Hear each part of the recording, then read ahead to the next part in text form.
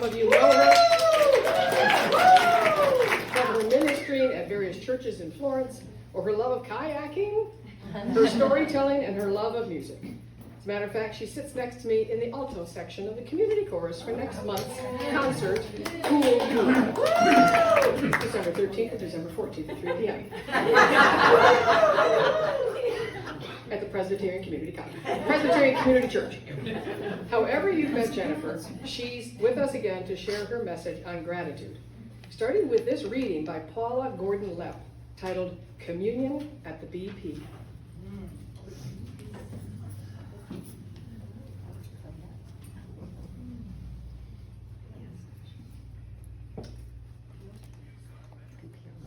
It was a little thing, really, this offer to fill my tire.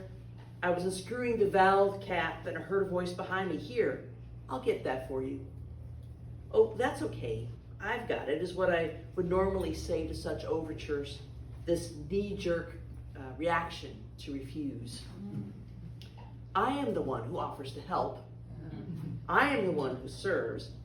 Perhaps it was the eager spirit in his face or his brown eyes full of hopeful connection that caused me to say, okay. I felt the vibration of this unspoken benediction. I can't do much for you, fellow weary traveler, but I can do this. Lay your burden down and I will carry it for a bit. I couldn't help but wonder how many times I have denied someone the blessing of serving because I have been too stubborn to accept their gift. As I was standing there in the sun-drenched gas station, the hiss and the tick of the air pump sounded very much like a psalm. I watched his hands, a few shades lighter than that Goodyear rubber, filling more than just my tire with air, while goodness and grace swirled around us, stronger than the fumes of gasoline. Wow. All the braided way. I'll let you take it from there. Good morning, everyone, on this, now what I'm calling Take Your Fellow Paddlers to Work Sunday.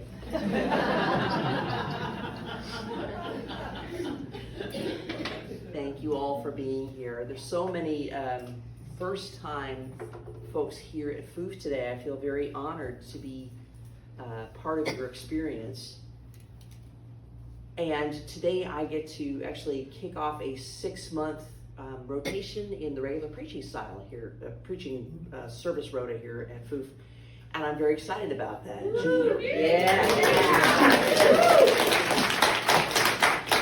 When Judy contacted me about preaching once a month, she let me know that FOOF uses a resource that dedicates a particular service topic for each month.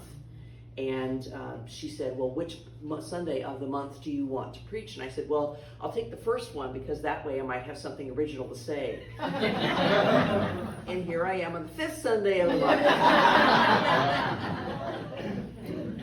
By now, those of you who are here on a regular basis have heard a lot about gratitude. Is there anything that you can share with the rest of the group? Any lessons about gratitude that you've heard this last month?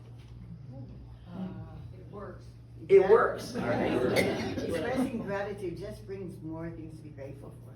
Yeah. Gratitude is a generative practice. It brings more things to be grateful for. Anything else you've heard about gratitude? Gratitude's an action. There we go. Gratitude is an action. It's not something that happens after something takes place. It's pretty spectacular. We also know from a lot of scientific research that gratitude helps with mental, spiritual, and physical well-being. I know that we want to be grateful for small blessings as well as for large ones, to be grateful in advance for good things yet to come, and to be grateful when blessings come cleverly disguised as problems. Such as preaching the 5th time on the same subject. Cicero said that gratitude was the mother of all virtues. Thanks for that, Patty. That means that gratitude itself stimulates love, compassion, and care. Writing about 2,000 years after Cicero, the British Psychological Society says, specifically, gratitude acts as a moral barometer, drawing attention to help received, a moral motivator, encouraging pro-social response to help, and as a moral reinforcer, where the expression of gratitude makes the benefactor more likely to provide help in the future. It's a little dry and a little utilitarian. But I feel that in these days of social acrimony, in the breakdown of democratic governance, in the utilization of terrorist tactics against citizens and non-citizens alike, gratitude and the powers that it generates may be a more essential practice than ever to sustain the elements of our humanity. Here's an idea that flips expectation on its head. Maybe gratitude is not just the after effect of something good that happens, but maybe gratitude itself generates virtuous action. I'm not saying that this always happens, but I do know that if we walk into an experience already grateful, anticipating that something wonderful might happen, we are more likely to experiencing something good at least. In this way, gratitude and the virtues that stem from it can become the fuel we yearn for to sustain joy, justice, service, and community. Gratitude is not the only practice that can generate this kind of positive anticipation. There's another experience that we often think of as occurring after an event that has taken place that can actually cultivate the practice of becoming more joyful, and that is practicing awe, right? Here's an illustration of what I mean. Take a look at your thumb. Go ahead, look at your thumb. What a marvelous adaptation.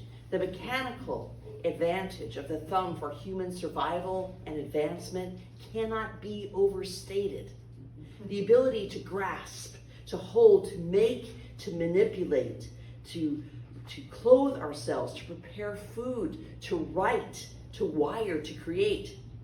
It's all because of the flexibility, the subtlety, the grace, and the power of the thumb.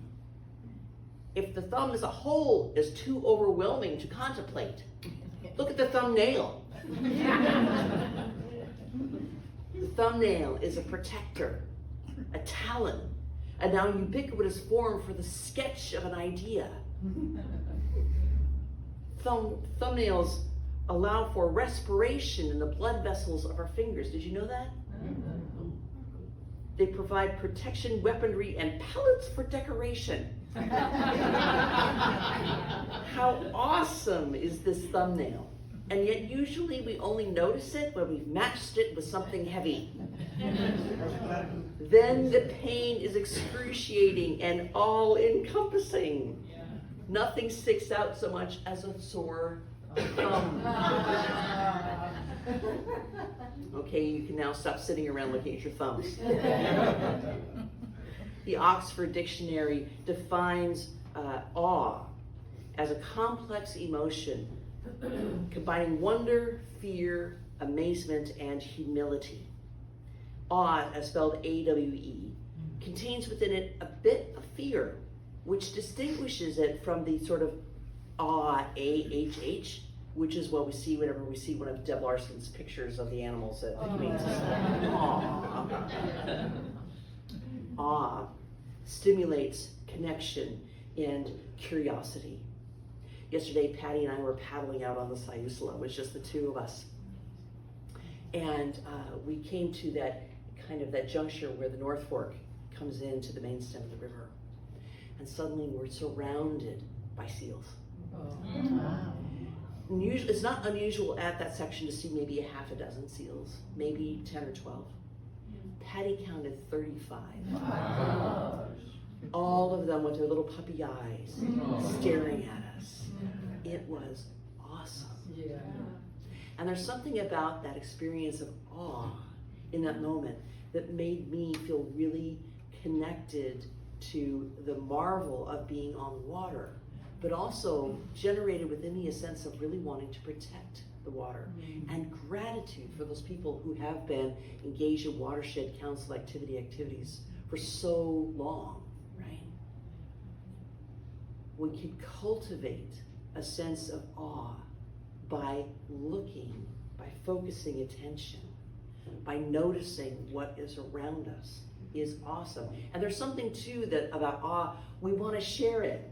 I have shared the picture that Patty took of me surrounded by seals, like to almost everyone that I know here this morning. It's like running up my laptop, look at the picture, look at the picture. Because there's something that in us that wants to connect to each other by being moved, by being overcome by that joy. Awe sparks gratitude. Gratitude sparks awe. I think that gratitude can also empower hope. I had an experience last week that illustrates this. Last week I got to go to the pounding at Grocery Outlet City pounding. I know many of you were there as well. And usually my sweetie and I, we go to the pounding and we look at the list, because you can get a list of things that the food bank needs. And we set a budget, which is like whatever the free turkey. And it was like $125, you get a free turkey through. So we stick to the list and we stick to the budget, we go on. But I was left unsupervised.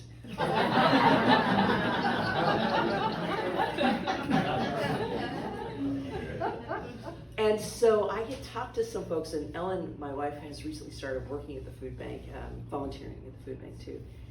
And so having been left unsupervised, I started to put things in the basket that I knew weren't on the list, but were still items that would generate joy. I bought dog food. The food bank takes dog food and cat food too. I bought tampons and toilet paper. I bought condiments and ketchup. And I get about 2/3 of the way through the grocery outlet, and I am sobbing with gratitude at the opportunity of being able to do this. And also with gratitude that this is what my community does.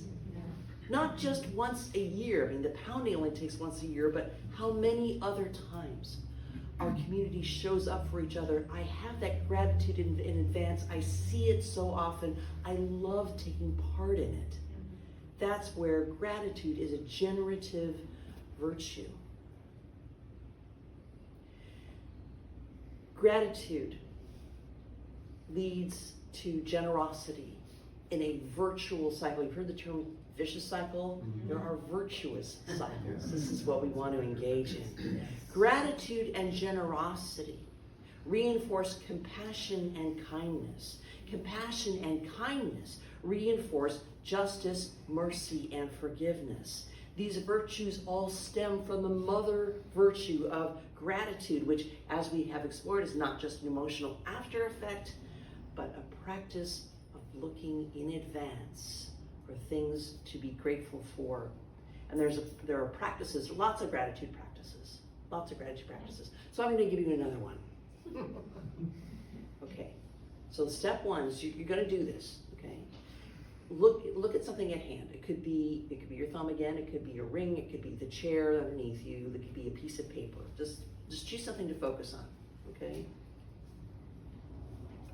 Step number 2 is to look at what that thing you have focused on signifies for you. Like I'm looking at my jacket smushed over my chair there. What my jacket signifies to me is that I can go outside when it's miserable out.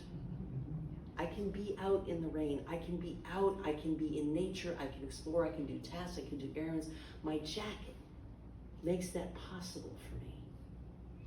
Step 3 is to marvel at how that item was created or came into existence, to engage in awe. My jacket has Gore-Tex in it. I don't know, it's a miracle. My jacket has so many fabrics in it. It has reflective tape in it. It has nylon in it. It has all this stuff that's in it to make it light and warm and functional and all these kinds of things. That's amazing to think about a number of years, the millions of dollars that went into manufacturing all the materials in my jacket. To think of all the people engaged in not just the technology that went into it, but engaged in the stitching, in the sewing, in the transportation, in the marketing, in the setting up of the retail environment where I bought the thing. It's amazing the number of people who have been involved in my jacket. It's a marvel. The next step, so I have selected something to focus on. I've looked at what the thing has signified, what the item has signified. I have marveled at it and everything that came into being. Step 4 is to welcome all of that giftedness, all of that brilliance, all of that labor, all of that sweat, all of that adaptation, all of it that came in to support me and my life and my well-being. To welcome that in. And then to go to step 5, which is to connect. Now that I have appreciated my jacket, now I appreciate everything that's signified, the marvel that went into it, how do I become of service now that that is in my life? What are the stories that I have I can connect? How do I create community with whatever it is I have focused on? Focus, signify, marvel, welcome, connect. If that is a process, that is a practice that you can do once a day with something in your life, you can do it while driving, you can do it while cleaning, you can do it while doing anything else.